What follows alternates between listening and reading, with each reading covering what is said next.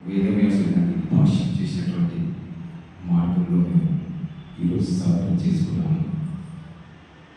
ఈ యోగా ప్రపంచానికి అందించింది 11వ అంతర్జాతీయ యోగా దినోత్సవం సందర్భంగా వివిధ రకాలుగా బాహ్యంగా అంతర్ముఖంగా ఉన్నటువంటి అవయవాన్ని పూర్తిగా ఇస్తూ ధ్యాన స్థితిలో భాగమై ప్రార్థన చేసుకున్నాము.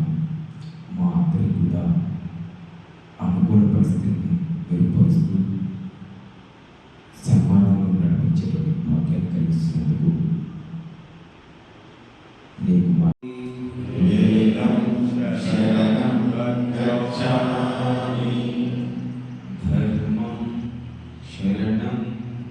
గచ్ఛామి ధర్మం శరణం గచ్ఛామి యజ్ఞం శరణం గచ్ఛామి యజ్ఞం శరణం గచ్ఛామి ఓం శ్రీ గురుభ్యో నమః.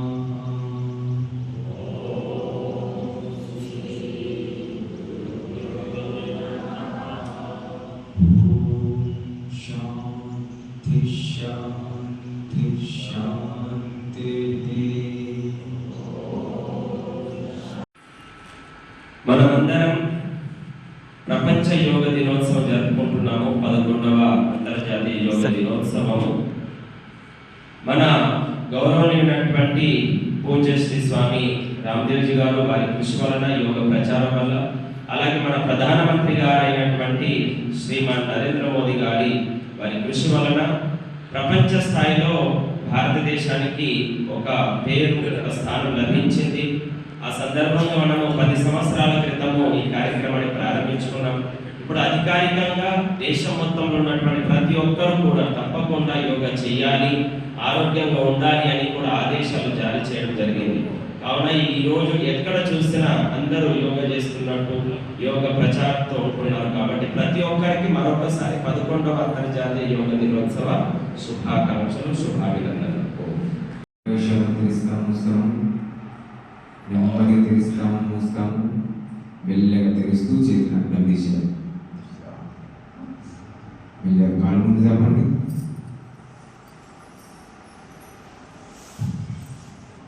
కాళ్ళు వేళ్ళు మాత్రమే చేతులు సపోర్ట్ తీసుకోండి. మీకు అనుకూలంగా కేవలం వేళ్ళు మాత్రమే. తిమ్మిరించిన వాళ్ళు ఏ కాలు ఎక్కువ తిమ్మిరించిందో ఆ కాళ్ళు ఎక్కువ మంచి కింద పడేసేయండి. మన ప్రమేయం లేకుండా వదిలేసేయాలి.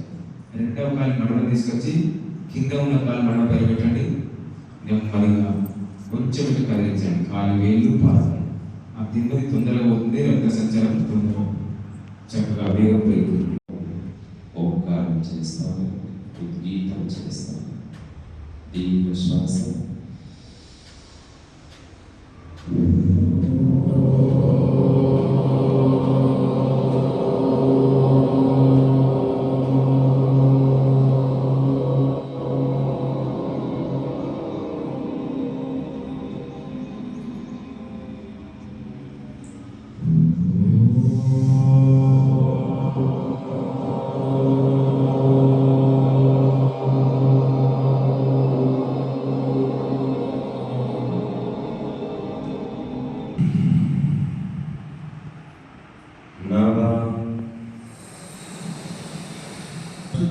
వాళ్ళలో విశ్వనాథ్ ఆనందార్య, నేను ఆచార్య కత్తి గరిమిత్ర ఆర్య, శ్రీ మంగళ విజయ కుమార్ ఆర్య,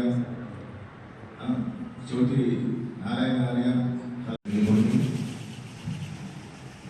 కళ్ళని స్పర్శించుకోండి. ముఖం, నుదురు, తల, మెడ స్పర్శించుకున్న తర్వాత 2 చేతులు కళ్ళపై అడ్డం పెట్టండి. నెమ్మదిగా ఒక 25% తెరిచి మూయాలి. చేతులు అలాగే అడ్డం పెట్టుకోండి. 50% తెరిచి బాగా చేయండి. మామూలు స్థితి. చేతులు కాపీ చేసుకోండి. నెమ్మదిగా ప్రణామ స్థితి.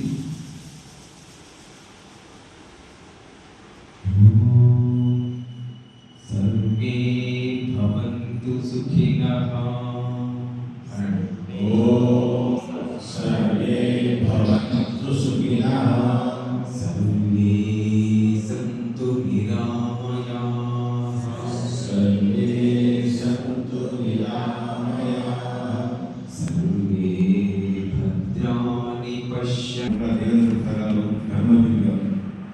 ధర్మేంద్ర గారు చాలా బాగా కృషి చేశారు యోగా ప్రచారం విషయంలో. వారు విద్యుత్ శాఖ ఏడీగా ఉంది.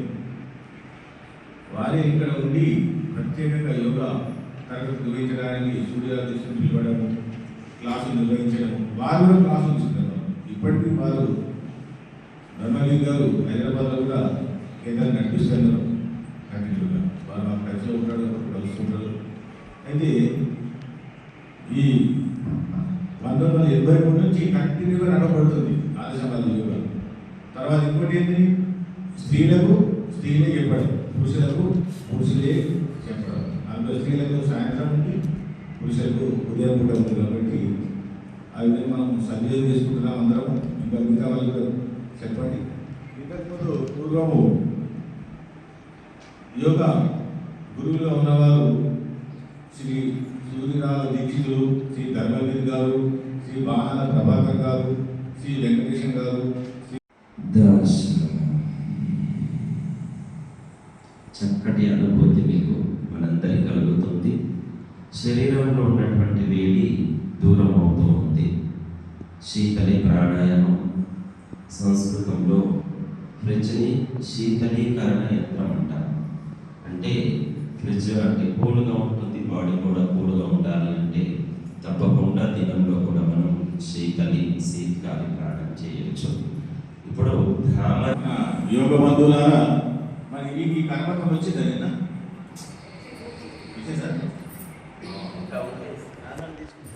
సూర్యనాథ దీక్షితులు ఇక్కడ యోగా ప్రారంభించారు. దానికి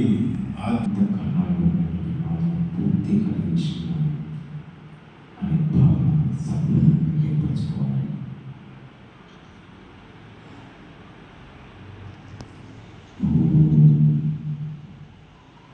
కళ్ళు తీయండి, తెరవకుండా.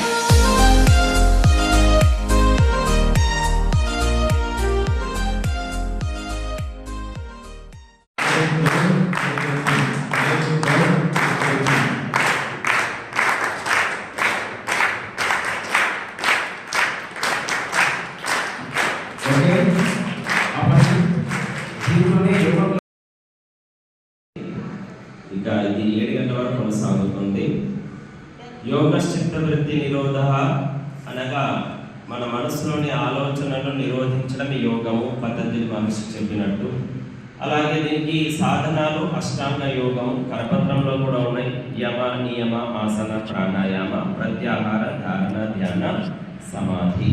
కాబట్టి వీటి గురించి మనము తెలుసుకోవాలి అంటే ఆర్య సమాజంలో జరిగేటువంటి యోగా కేంద్రంలో ఉన్నటువంటి ఆసన ప్రాణాయామాల తరగతిలో ప్రొద్దున ఉదయము పురుషులకు, సాయంకాలము మహిళలకు, చక్కగా మహిళలు కూడా 20-30 మంది వస్తున్నారు, నేర్చుకుంటున్నారు. వారి యొక్క గృహస్థ ఆశ్రమాన్ని, జీవితాన్ని సరి చేసుకుంటున్నారు. అలాగే యజ్ఞము, సత్సంగం కూడా మన ఆర్య సమాజంలో జరుగుతూ ఉంటుంది. కాబట్టి ఆర్య సమాజము మానవుల సంపూర్ణ వికాసం కొరకు, ప్రపంచ ఉన్నతి కొరకు, శారీరకంగా, మానసికంగా, ఆధ్యాత్మికంగా, సామాజికంగా అన్ని రకాల ఉన్నతి కొరకు మహర్షి దయానంద సరస్వతి ఆర్య సమాజం స్థాపించి దీని ద్వారా యోగము, యాగము, వేద ప్రచారం చేస్తూ ఉన్నాము.